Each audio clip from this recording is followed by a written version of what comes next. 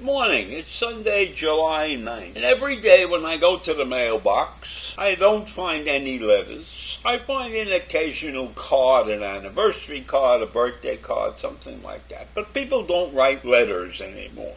So most of the information that comes through my mailbox are from organizations that are looking for me to donate to their cause. And there's very few organizations that get any money from me. I have a couple of charities that I support, but I don't support anybody that sends me mail. That's a no-no. So what I want to talk about today, though, are political contributions, campaign funding. Now, I was under the impression that that was a tax-deductible item, but my research has made me a very happy person in the fact that campaign donations are not tax-deductible. I will repeat that. Campaign donations are not tax-deductible. And I'm glad they're not tax-deductible. And I'm very glad also that when people do something wrong with their campaign funding, the world should know about it. And one of the things that's going on with the campaign funding of Donald Trump is that he is using that money to pay his legal fee. And I don't think that's an appropriate thing for him to be doing. But that's not really what I want to talk about. That's a side issue. But there's much misuse of the campaign funding that is going on. But there's an interesting fact about campaign funding that I never realized. It's about the qualifications to become a presidential candidate. The monetary qualification. I'm talking about the amount of money that you are able to raise. Isn't that interesting? That you can't participate in the Republican primary debates unless you have raised a certain amount of money. And I'll tell you what that's all about. So it turns out that Vivek Ramaswamy and Nikki Haley have reached a critical fundraising threshold in order to qualify for the GOP primary debate. Turns out that both Haley and Ramaswamy have received political donations from more than 60,000 individual donors. That's according to their campaigns, which provided this information through Axios. And those numbers helped them earn a spot, not only in the first debate, but also the second and third Republican debates. So the rules, according to some top Republican National Committee officials, are as follows. You need to have 40,000 donors, including at least 200 unique donors in each of the 20 Republican states. That's what you need for the first debate in Wisconsin. For the second debate in California, you need 50,000 donors. And you need 60,000 donors for the third debate in Alabama, which is going to take place in October. So Ramaswamy and Haley have reached that critical threshold.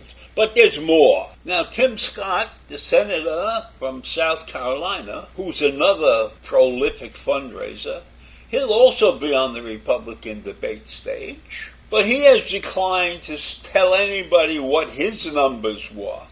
But I'm sure if you let him on the stage, he's qualified with his 60,000 donors and the other sub-rules underneath that. So I'm sure that Tim Scott will be there, and DeSantis will be there, because he said he's planning to be at the first debate in August, whether or not he participates.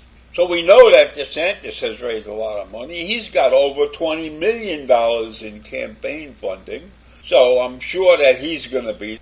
Now, I know that Donald Trump has over $30 million, but I don't know if he's going to participate in debate. He might decide not to participate in any debates. And meanwhile, he's still spending a lot of that money that he gathered up for his legal fees. Do you think the people who are contributing to his campaign know that or care about that? I don't think so. I think his minions could care less with what he does with their money. Now, Chris Christie hasn't told anybody how much money he's got, but he's very confident that he'll be on the debate stage. But we don't know if that's one debate, two debates, or three debates. I don't know what he's gathered so far, and neither does anybody else.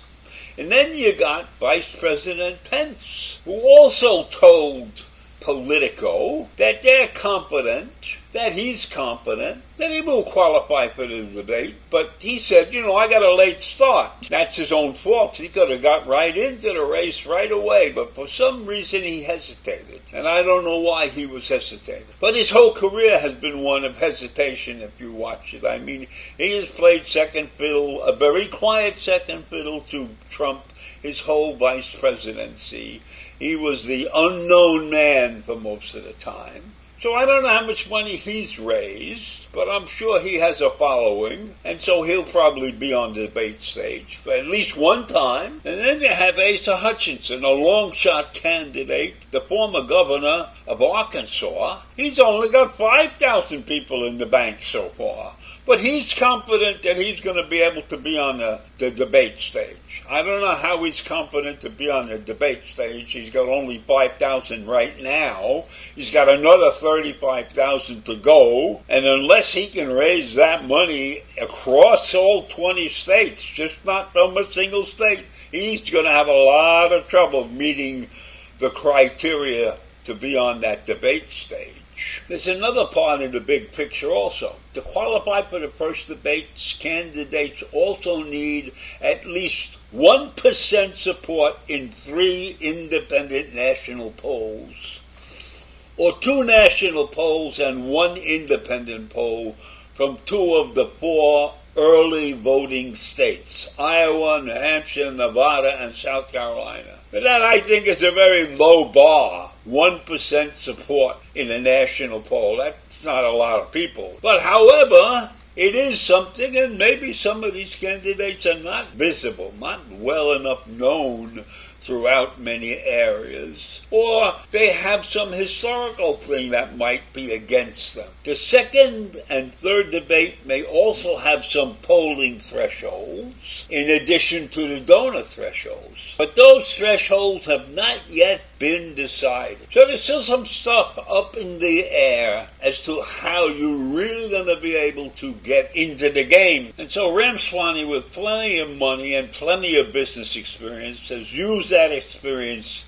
to gather information about his donors.